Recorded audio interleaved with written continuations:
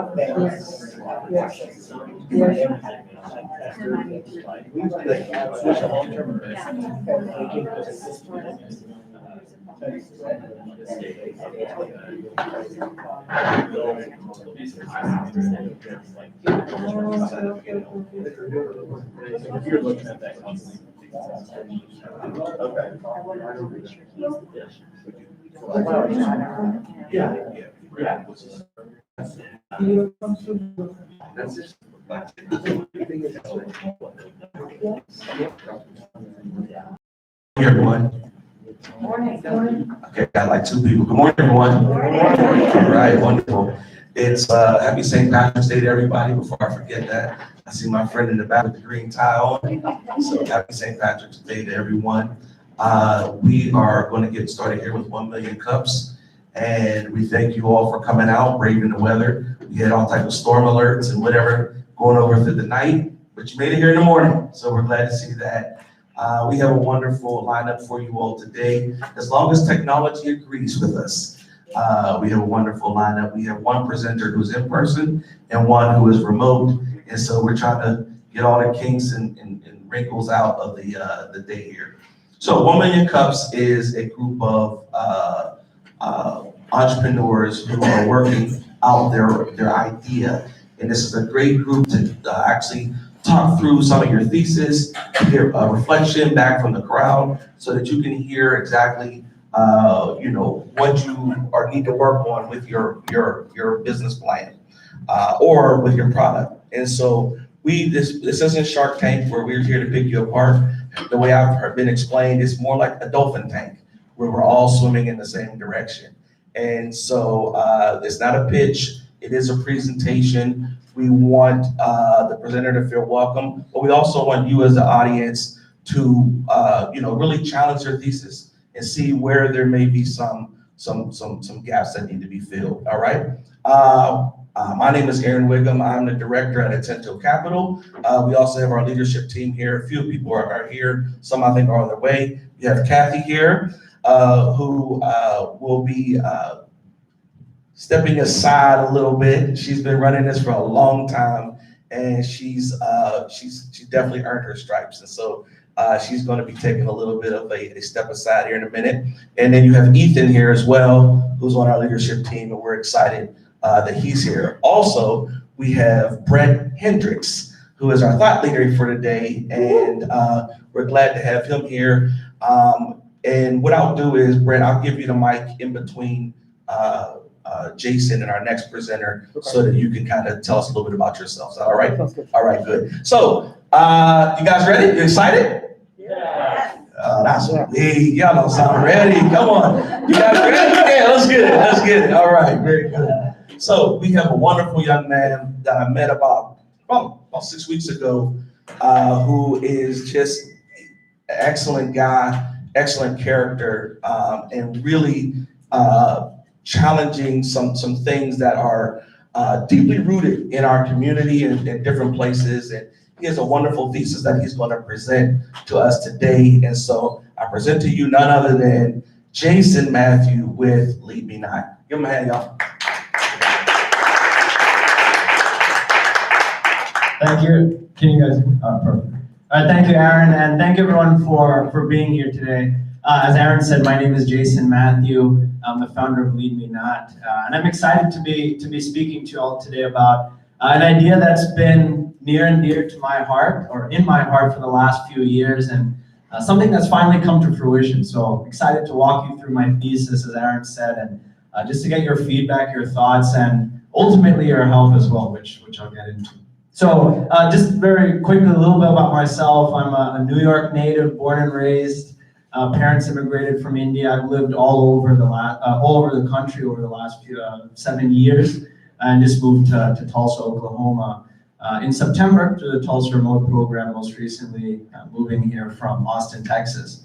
And the 3 years that I did spend in Austin was really transformative for me, because that was time where I really got to dig into my own life, as far as kind of areas that I had been struggling with, areas of perhaps darkness, I can call them, going through different forms of counseling and therapy to really understand, hey, there are certain strongholds in my life that I want to break free from. And as I went through that, I realized that, hey, it's not just me that is struggling with ABC issue. There are a lot of men and women out there around the world that are facing similar kind of challenges. And that's really kind of the inception of Lead Me Not, is really digging into what could destructive habits look like, but specifically focusing on those from a digital perspective, which I'll talk about. And again, the theme of Lead Me Not is really this idea of being able to redefine accountability and really bring accountability into the modern era, as far as helping, again, men and women find freedom from specific habits. So you're probably wondering, what is accountability software? What is this idea? So accountability software is essentially kind of third-party software you can run on your phone or any digital device. And it's the idea of bringing kind of radical transparency into your digital behavior, right? It's, hey, I want Jason or Jack or Brett or whomever, a trusted third party, to really understand what it is that I'm doing on my phone or my computer to hold me accountable. And this is a market that's been around for 20 years. And there's a couple of big players in this space. It's a niche area, but it's not necessarily a market that, 10, 20, 50 different providers. It's really just a handful of people that have been focused on when you think of accountability. And when you look at accountability providers today, their main focus has really been around, how can I help consuming sexually objectionable content, essentially pornography. That could be implicit, explicit. But the reality is that it's not just pornography or sexual content that could be deemed destructive, right? When you think about kind of the broader problem of what we're consuming today, right? There's a lot out there. And it's not just, again, porn. It could be anything from YouTube to Netflix to Instagram. Anything has the ability to become destructive, right? Anything has the ability to, if you consume enough of it on a frequent enough basis, it can kind of start to take control of your life. And again, these are concepts or ideas of individuals, people in my own life of, hey, I watch YouTube every day. What's wrong with that, right? But these are the same people, again, from my perspective, and as they come to me, it's like, hey, I've realized I'm consuming 2 or 3 hours of YouTube every day of the week, right? And you start to get into this mindset of, hey, where's my time? Where's my energy? Where's my mind going? So when you look at accountability solutions today, again, they're effective from the perspective of they've helped bring a lot of, potentially thousands or millions of people to freedom, specifically when you think about that I'm addicted to pornography, I want to fight pornography use case. But there are specific gaps or areas where we've seen opportunity, 3 in particular. So one is this idea of accountability solutions today are limited to defensive tactics. Defensive defined as, hey, I want to put up specific walls to prevent me from actually watching or consuming content. Not really looking inward as far as, hey, what are some more offensive tactics I can use to more proactively fight? This idea of passive relationships. If I have an accountability partner, someone who's, again, being alerted or knowing what it is I'm doing on my device, and how do you actually foster a healthy, beautiful relationship and intentional conversation from that turns from passive to more active. And then the third is this idea of inadequate focus on, like I said, a range of it's not just consuming implicit or explicit sexual content. there's a lot of things out there today that have a digital footprint. Again, I can talk a little bit about this later, but again, it could go from social media consumption to online gambling to, hey, I'm shopping too much, or on Amazon.com. It could be anything. And that's where Lead Me Not comes in, right? When we think about Lead Me Not, there are really two major ways to describe kind of our differentiation. This is something that we want to become the first holistic and proactive accountability solution. Proactive from the perspective of how can we use data to actually understand our own triggers, to set a baseline, to understand what are the patterns in my own life that are actually bringing me towards the exact thing that I want to break free from. And then how do we take those same patterns and kind of repeat them or show them back to the user to educate them.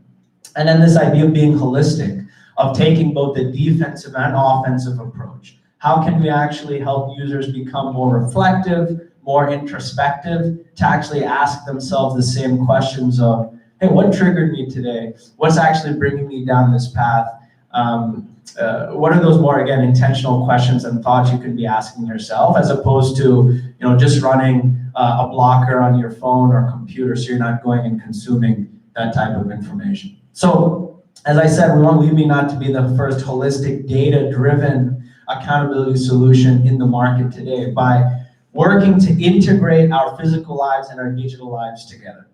And I'll walk you through in the next slide kind of what that looks practically from a user perspective. But the core component is being to identify and what is your area of struggle, what are the specific things that can trigger you to go and watch pornography, right, as our first use case.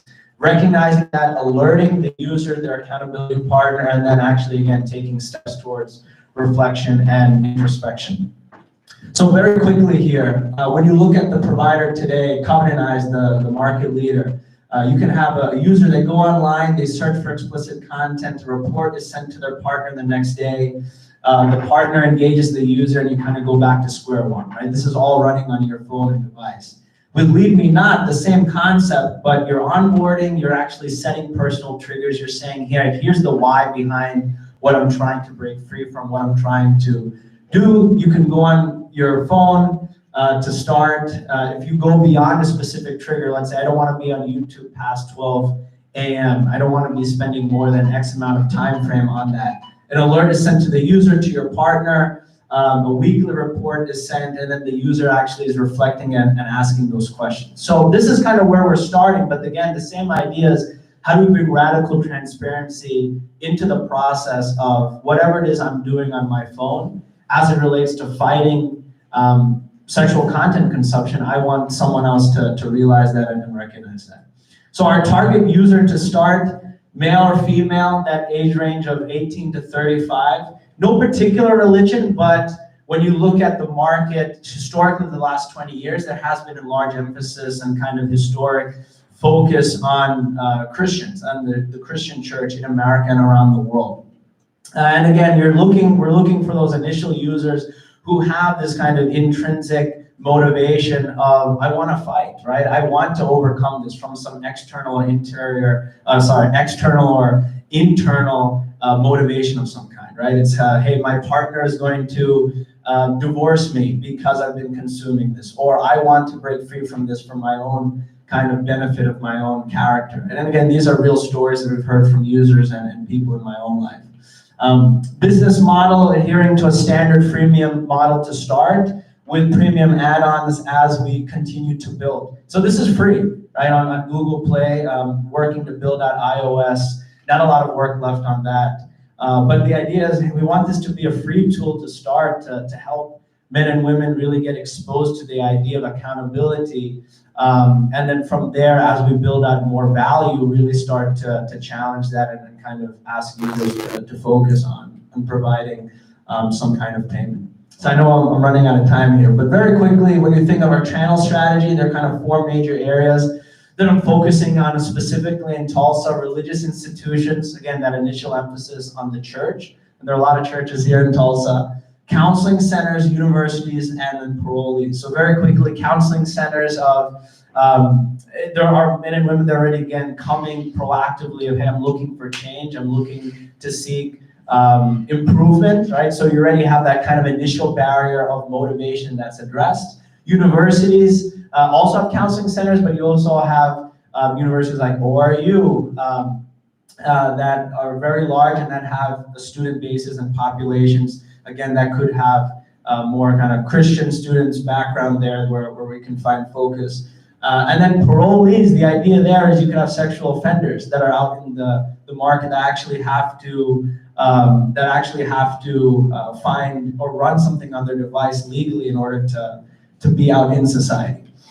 I'm going to just skip through this, but the idea is the future for us is being able to use data to actually enhance the user experience, using machine learning, artificial intelligence to start, as we're collecting data from a user's device, start to actually push back, hey, this is what we're predicting, this is what we're understanding that's going and bringing you to watching and consuming this type of content. And then finally, how can you help? If you can help get the word out, that would be amazing. Talking to, again, this is a very sensitive topic, but if you know people in your life that you know could benefit from this, that would be, again, a huge step for us. And then also just your thoughts and feedback on, hey, what are areas that we're not thinking of today to focus on in Tulsa based on our channel strategy that you think could actually be super helpful for us. So again, my name is Jason Matthew. Thank you for the opportunity. Sorry I went a little bit over time, but thank you again, everyone. Appreciate it.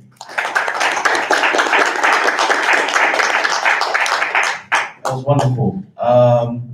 So let's start off with questions. Brett, we're going to give you the first question. Sure.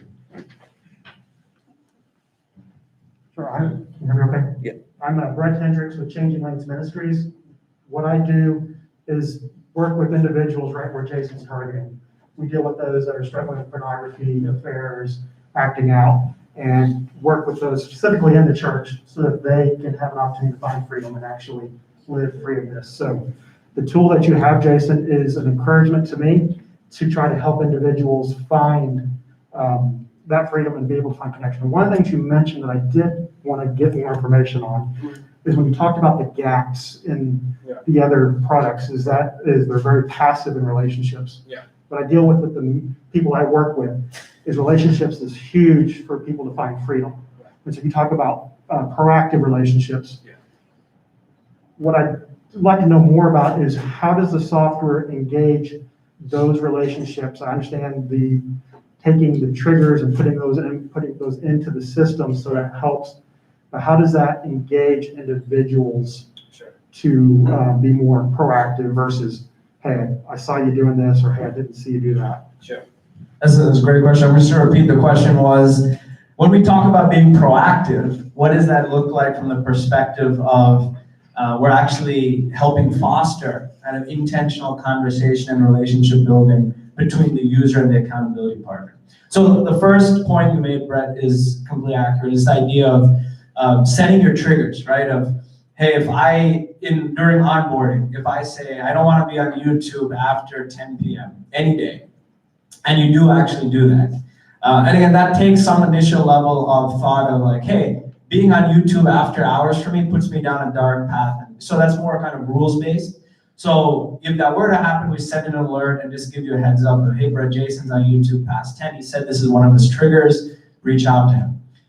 The second is kind of more broadly is the language that we're using, right? And the language that we're trying to use is softer, but also more fruitful from our perspective of, hey, remind Jason of his why, or ask him about how he's doing and how his day was going, right? So like using language as a way to actually encourage more intentional conversation and relationship. And then the third, which is an area that we haven't fully focused or we haven't doubled down on yet, that is kind of next priority for us, is actually pushing out more resources for accountability partners to actually help them understand, hey, here's kind of, a set of 10 questions you should be asking your accountability partner every week or every day, right? There's a lot more that we can do to help foster that proactiveness, but we really want to make sure that it's, again, all around conversation,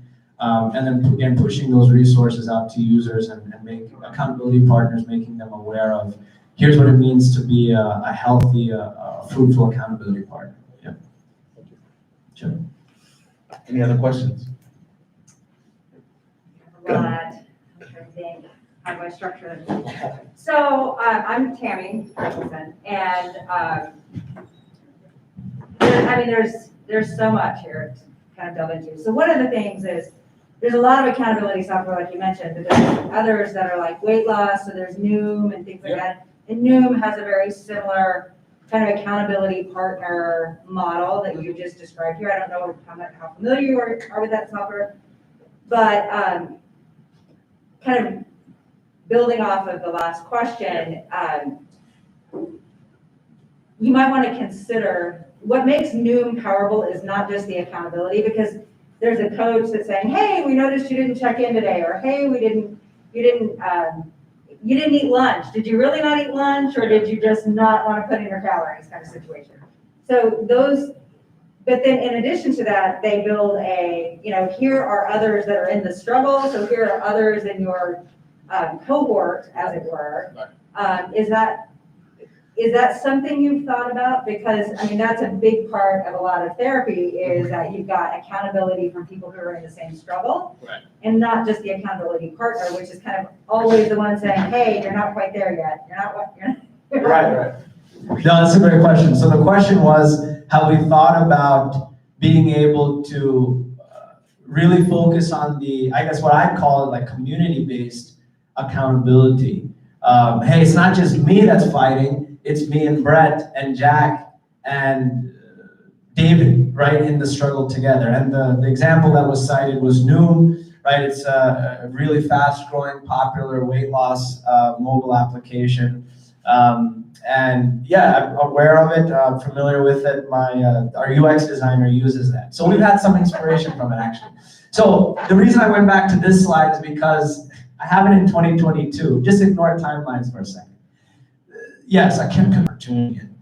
And I think what's interesting, like when I went through the 12-step program, yeah, it was really powerful because I had another 15 guys with me who were meeting every week and walking through this together. Maybe we didn't talk every day, but one of us would send a text message here and there like, hey man, I'm tempted today. I'm really struggling tonight. And we'd be there to encourage and pray for each other. So to answer your question, yes, right? And I think being able to open that up or get to community-based accountability is going to be really powerful. Actually, one of our users just talked to me on Saturday and asked me the idea. He's based in India, and community-based accountability of like, hey, it'd be really powerful if all 20 of the guys in my youth group, we were all in it together. And not necessarily all 20 know what we're each individually doing, but actually being able to kind of journey and progress together would be an added benefit. So we just got that feedback as well a couple of days ago. So yes, that's an area that we need to eventually get to. I have a question. Well, so I don't have a question, but I want to give you feedback. Please. Because I feel for you, entrepreneur. I think you have a great idea. I think it has a lot of potential, but I would encourage get rid of the name. I think your name is terrible, to be honest with you. That's my feedback. Okay. I would, if I were you, there's a company you probably know called Fight the New Drug. Fight the New Drug, yeah. You could almost see if you could be a part of their affiliation and call this Fight the New Drug. The reason why is like, for instance, like when it comes to pornography, most men have that issue. When it's constantly like, I'm not going to view pornography, you freaking do it over and over again. You have to do something in place of it. It's like something you're doing. And so when I think of like lead me not, it's like lead me not into pornography. Where for me, if I were you, I would like Fight the New Drug, where it's like you're doing something. I don't know. Like, you want? I don't like anything, to be honest with you. That's my feedback. I would rebrand it. Okay. Feedback was leave me not that doesn't like the name completely. I understand that point. I want to respond to that if I can later. You brought up a good idea too about we focus on it. When you try to get someone out of addiction, when you focus on it, it actually brings more addiction in the beginning stages of it. In case they have that, like, unless you have a strong accountability group, and there's some incentive for them to get out of their addiction. Sure. Because sometimes it's a coping mechanism and they can operate Sure. like heroes, like athletes. Yeah. So sometimes people just use addiction, some people like, it can lead them to a path of just destruction. Sure. And some people just use it as a coping mechanism, and it's like desensitized, and they put it away, and then they just go rock and roll. So Mhm. how do you reach those people that just kind of just like, they just put it to the side, and then they put it back? I mean, it's just like, how do you reach those people where they're around them, showing accountability, and it brings incentive for them to get out of their addiction? Sure. Instead of just like focusing, yeah, we want to do it for Christ, but most people don't. They have filtered relationships already, and then they have filtered relationships with Christ that it's really like no incentive for them to really get out of their addiction. Yeah, so, how are we on time, by the way? Can I answer that? Just- Okay, sure. So the question is, how would you kind of further incentivize users so that it doesn't become this like, hey, this is just another passive thing for me where I can kind of take a step back and go kind of replace whatever it is I'm trying to fight with something else that's maybe as destructive or as unhealthy. Is that a good way of summarizing? Yeah. So that's a great point. And kind of, again, what I've seen personally and kind of the feedback that I've been getting, and even again, when I look at my own life, not to be, biased myself, but I think that what I've seen as far as that incentive is like, yeah, there are different things, like Fight the New Drug does a really good job from what I've seen of actually like helping users through messaging, again, hone in on that idea of like, hey, why is pornography something that we should be fighting, and why is pornography something that you should be eradicating from your life? But I think ultimately, and I love y'all's feedback on this, like the incentive still comes back to like this internal motivation of, man, I want to change, right? Like again, when I've been in the 12-step groups that I've been a part of, there were some guys that were in there, like their spouse or significant other is like, I'm going to divorce you, right? In the next week or month if you don't find change. And in that moment, that's why they were there, right? And I met many men like that. That wasn't the case for me, I'm single, but it took like an internal motivation of like, man, I don't want to keep lying to myself. And again, it's not just porn, right? It's, hey, I'm on social media too much, right? It's like, what is your incentive other than I know, or someone has pointed this out to me, or I'm seeing what I'm doing, not doing instead of, I'm doing one instead of something else that I could be doing that's more healthy or more productive. So, I mean, that's a great point. Like everyone's motivation is going to be different. I think the assumption that we're making to start is that there is a group of users out there, significant base, that has that internal motivation to start, that does take it seriously. And then eventually we do need to solve for that. Where are the individuals where it's more passive in nature? And then ultimately, hey, this is not even a problem for me. Like, believe me not, like porn or this is like fine. That's a whole nother problem in my mind to solve for. So yeah, that's a great point. And again, going back to the feedback on Leave Me Not, yeah, the two come together. Okay, we're gonna have to wrap it up there. We have another guest that's waiting. Let's give Jason one more hand. Please, feel free to